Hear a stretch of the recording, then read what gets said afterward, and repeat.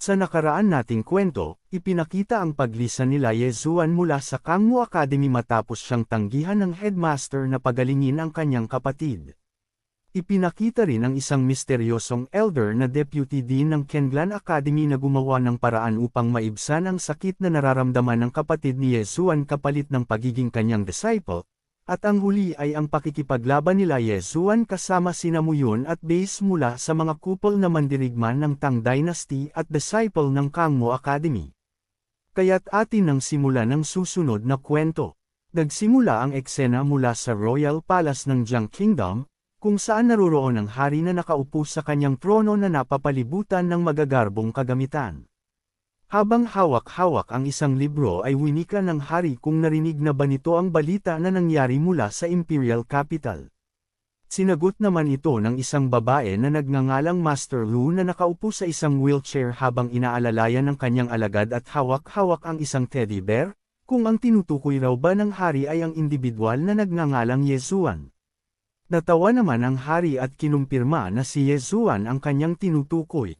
sapagkat ito raw ay tila nagiging padalos-dalos sa kanyang ginagawang pagkilos. Subalit hindi naman maitanggi na mayroon itong gininto ang puso, at higit sa lahat ay wala rin itong kinakatakutan. Samantala, naisingit ng hari ang tungkol sa pag-iimbestiga ng kanilang mga especially iya sa ating bida, dahil sa bukod na pagiging kaibigan nito ni Anlan Shu ay wala nang ibang importante tungkol kay Yezuan. Gayunpaman, sinabi ni Master Lu habang hawak niya ang kanyang manika sa kanyang harapan, na tila raw nakalimutan na ng hari na kamakailan lang ay may iilang master ng Drunken Immortal ang natanggal dahil sa kagagawan ni Yezuan. Dahil dito ay napag-isip-isip ng hari na napaka-misteryoso ni Yezuan dahil tinitignan ito ni Anlan Shu sa ibang katayuan, kaya't hindi nito inaasahan na masasangkot ang ating bida sa problemang iyon. Mula roon ay napatayo ang hari at ipinag-utos sa kanyang mga tauhan na kung sino ang nais kausapin si Yezuan upang kumbonsihin ito na maging scholar ng kanilang Jiang Kingdom. Ngunit agad namang pinatigil ni Master Lu ang nais na ipag-utos ng hari at inirekomenda ang kanyang sarili na bakit hindi na lang siya ang personal na tumungo sa Kenlan Academy upang kausapin si Yezuan. Samantala ikinalugod naman ng hari ang nais mangyari ni Master Lu kaya't hindi na ito nag-atubiling pumayag at hahayaan niya na lamang ito na kausapin si Yezuan upang kumbonsihin na maging scholar ng kanilang Jiang Kingdom. Sa parehong oras mula naman sa Kangmo Academy ay dahan-daw ang inaalalayan ng mga disciple ang isa nilang kasamahan na ginulpi ni Yezuan at humingi ng tulong upang maagapan ang pinsalang natamo ng disciple na tinawag nilang Brother Zuoli. Sa loob naman ng silid ay agad na inihiga ng mga disciple ang kanilang kasamahan na si Zuoli nang sa gayon ay makapagpahinga ito at makabawi ng lakas dahil sa panggugulpi na sinapit niya kay Yezuan. At habang abala sila sa pag-aasikaso kay Zuoli ay dumating ang headmaster ng Kangmo Academy upang alamin ang mga nangyari kay Zuoli at kung ano ang resulta sa ginawang panggagamot ni Elder Yao rito. Saad naman ni Elder Yao na naisalba na nila ang buhay nito ngunit ang espiritu ng kanilang disciple ay hindi na mananatili sa katawan nito, kaya't sa hinaharap ay magiging isa itong buhay na nilalang na walang kaluluwa. Sa mga sinabi ni Elder Yao ay napahagulgol sa iyak ang mga kasama nitong disciple dahil ang isang talunan na individual tulad raw ni Yezuan ay napaka-arroganti, kaya't kanilang hiniling na ipagiganti ng headmaster ang kanilang kasamahang disciple na si Zuoli. Dahil dito ay nagalit ang headmaster at pinatigil ang mga ito sa pag-iyak sapagkat hindi rin magtatagal ay ang kanilang Kangmo Academy ay maghihiganti sa ginawa ni Yezuan sa kanilang mga disciple, kaya't maghintay lamang ang mga ito. Lumipat naman ang eksena sa Kenlan Academy mula sa loob nito, ay nakaluhod sina Yezuan sa harapan ni Deputy Dinji matapos nitong malaman ang pinaggagawa nila Yezuan sa sentro ng lungsod na panggugulpi sa mandirigma ng Tang Dynasty at disciple ng Kangmo Academy, sapagkat maaari raw silang mapahamak sa gulo na ginawa nila Yezuan. Dahil sa galit ni Deputy Dinji ay ibinato nito ang kanyang tsinelas patungo kay Yezuan sapagkat makakaya raw ba ng ating bida na panagutan ang gulo na pinasok nito. Kasabay naman ng pagsalo ni Yezuan ng tsinelas ni Deputy Dinji gamit ang kanyang dalawang kamay habang pinagpapawisan, at siya ay nanindigan na lahat ng mga kupol na nais siyang apihin ay hindi niya kayang palagpasin nang sa gayon ay matakot ang mga ito at makakuha siya ng respeto. Sinang-ayunan naman ito ni Baze, at tulad na lang raw nang nakaharap niya ang isang halimaw sa kabundukan, kung mas lalo itong tatakbuhan ay lalo lang itong magiging malupit, kaya't kung mas magiging malupit ka dito ay mapapaamo mo ang isang halimaw. Dahil naman sa mga sinabi ni Baze, ay bigla na lamang lumipad ang isang tsinelas ni Deputy Dean G na agad tumama sa mukha nito dahilan upang siya ay napabalikwas at mapasukan ng dugo sa lakas ng pagkakatama, dahil kailangan pa raw ba na pangaralan ito ni Deputy Dean G. Sa nakita ni Yeshua na pangyayari ay mabilis niyang minasahe si Deputy Dean G upang pakalmayan ito at iminungkahi na bakit hindi na muna sila magtago at saka na lang sila babalik sa oras na sila ay tuluyan ng lumakas. Subalit habang patuloy ang kanilang usapan ay nagsalita si Master Lu mula sa labas ng kanilang Kenglan Hall kung bakit tila nangangamba si Deputy Dean G sa Tang Dynasty at Kangmo Academy. Bika pa ni Master Lu na matagal-tagal na niyang hindi nakikita si Deputy Dean G, ngunit hindi pa rin ito may kakaila ang kanyang totoong pagkatao. Ikinabigla naman ni Deputy Dean G ang pagdating ni Master Lu sa kanilang Kenglan Academy kaya't naitanong nito kung ang dahilan ng pagtungo ni Master Lu sa kanilang akademya ay dahil sa Tang Dynasty at Kangmo Academy. Ngunit natawa naman si Master Lu dahil tila nagbibiro raw si Deputy Dean G sapagkat hindi tungkol sa Tang Dynasty at Kangmo Academy ang ipinunta niya roon kundi para kay Yesuan. Dahil sa pagkabigla ay kinumpirma ni Yesuan kung siya ba ang tinutukoy ni Master Lu, na sinang-ayunan naman nito, kasabay ng paglapit ng alagad na babae ni Master Lu kay Yesuan upang ibigay ang isang bagay na mula sa hari. Anya, na ipinag-utos ng hari kay Master Lu na ibigay ang bagay na iyon kay Yesuan oras na makausap niya na ito. Samantala, sinabi ni Master Lu na ang totoong dahilan ng pagtungo nila sa Kenglan Academy ay upang gawing scholar si Yesuan ng kanilang Jiang Kingdom, na ikinatuwa naman ng kapatid ng ating bida dahil hindi ito makapaniwala na magiging isang scholar ang kanyang kapatid ng buong kaharian.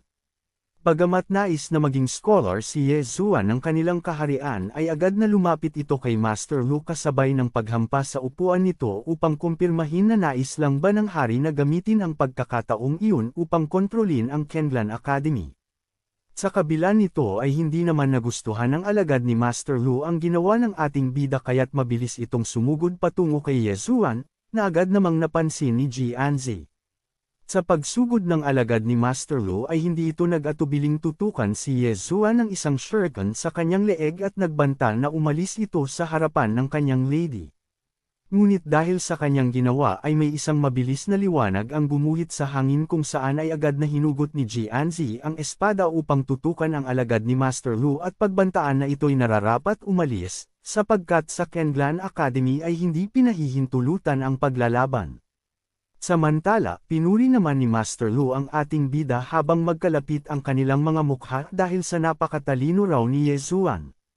Gayunpaman ay nagalit si Deputy Dean G at dinuro ang dalawa sapagkat ang dahilan ng pagtungo nila roon ay magbigay ng mensahe, ngunit bakit halos maghalikan na sila ni Yesuan? Hindi naman ikinatuwa ni Yesuan ang kanyang narinig mula kay Deputy Dean G dahilan upang mapamura ito sa pagkainis. Subalit hindi na nagpaligoy-ligoy pa si Master Lu. Sinabi niyang kahit ang mga sinabi ni Yesuan ay isa rin sa mga iniisip ng hari, wala naman itong masamang intensyon. Kahit pa ito'y may kinalaman sa pamilya o sa akademya, ang mga mamamayan ng Jiang Kingdom ay handang kalimutan ang nakaraan tungkol kay Yesuan kung pipiliin niyang unahin ang kapakanan ng kanilang kaharian at tanggapin ang pagiging isang scholar. Dagdag pa ni Master Lu, habang hinahawakan niya ang mga kamay ni Yesuan, na maaari itong pag-isipang mabuti ng ating bida, dahil kung tatanggapin niya ito, makakamit niya ang buong suporta ng buong kaharian. Pasimpleng tumugon naman si Yesuan kahit tila naiilang, nagagampanan niya ang katungkulang iyon, subalit hindi para sa kaharian kundi para sa kanyang sarili. At dahil dito ay malugod na tumugon si Master Lu habang nang-aakit, na iyon ay isang kasunduan at umaasa siyang sa hinaharap ay gagampanan ni Yesuan ang kanyang katungkulan bilang bagong genius ng kanilang kaharian na tinawag nitong Ye Guoshi. Makalipas ang ilang sandaling pag-uusap ay napagpasyahan ni Master Lu na lumisan dahil nagkaroon na rin ng kasunduan kaya't hindi na ito gagambolin pa si Deputy Dean G sa pagdidisiplina sa kanyang mga estudyante, na sinang-ayunan naman ni Deputy Dean G at pinayuhan si Master Lu na mag-ingat. Nang makalabas na sina Master Lu kasama ang kanyang mga alagad ay agad nitong ipinag-utos na ingatang huwag ikalat ang balita tungkol sa pagiging scholar ni Yezuan ng kanilang kaharian, nang sa gayon ay hindi mapunta ang atensyon ng karamihan kay Yezuan. Samantala, sa kabilang banda naman ay pinakita si Base na walang malay matapos matamaan ng pagbato ng tsinelas ni Deputy Dean, habang si Yezuan naman ay sinasabi na dahil nais ng hari na maging isa siyang scholar ng Jiang Kingdom ay wala na dapat silang ipanggamba sa Kangmo Academy at Tang Dynasty. Sinang-ayunan naman ito ni Deputy Dean G at ipinag-utos na tumungo ang mga ito sa kanyang tahanan pagsapit ng gabi dahil may nais siyang ipaliwanag sa mga ito, na sinunod naman ng kanyang mga disciple. Sa panahong iyon, mula sa Boundless Tower ay paunti-unting humihina ang mga sail na pumipigil sa pagpapanatili ng mga misteryosong nilalang na nasa loob nito, kung saan ay ipinakita ang isang imahe ng halimaw na lumitaw sa usok na may pulang mga mata at bibig na nagmula sa isang artifact. Sa pagsapit naman ng gabi ay agad na tumungo si Yezuan sa tahanan ni Deputy Dean G at namangha ito dahil sa otomatikong pagbukas ng ilaw matapos siyang magpalakpak. Subalit habang abala siya sa kanyang ginagawa ay narinig niya ang boses ni Deputy Dean G at ni Jianzi na nag-uusap sa hindi kalayuan, kaya't agad siyang tumalon sa isang sanga ng puno upang makita ang kinaroroonan nila Deputy Dean G. Sa pag-akyat ni Yezuan sa itaas ay kanyang natano mula sa ibaba na nag-uusap ang dalawa tungkol sa mga problema ng Kenlan Academy sapagkat hindi na raw kailangan pa ni Jianzi na pasanin lahat ng problema ng kanilang akademya. Samantala, sa mga narinig ni Yezuan ay doon ay kanyang napagtanto na si Jianzi ay apo ni Deputy Dean G. Ngunit sa hindi inaasahan ay naramdaman ni Jianzi ang presensya ni Yezuan, dahilan upang siya ay mapalingon sa kinaroroonan nito, kaya't mabilis nitong inihanda ang kanyang espada upang hamandang umatake at agad na pinakawala ng isang sword slashes patungo kay Yezuan. Madali lang naman itong naiwasan ng ating bida subalit dahil sa pagkaputol ng sanga na inaapakan ni Yezuan ay naging dahilan ito upang siya ay mahulog sa kalupaan. At habang paunti-unti siyang tumatayo mula sa kanyang pagkakahulog at dinaramdam ang sakit, ay biglang sumulpot sa kanyang harapan si Jianzi at binati si Yezuan. Gayunpaman, mabilis na tumayo si Yezuan habang tila natataranta at sinabing mabuti na lang siya ang naroon dahil kung hindi ay malamang ay maaakusahan ito ng pagpaslang matapos niyang putulin ang sanga ng puno. Nagsalita naman si Jianzi na noong nakaraang araw ay sinubukan ni Yezuan na sumilip habang siya ay naliligo at ngayon ay nais nitong makinig sa kanilang usapan.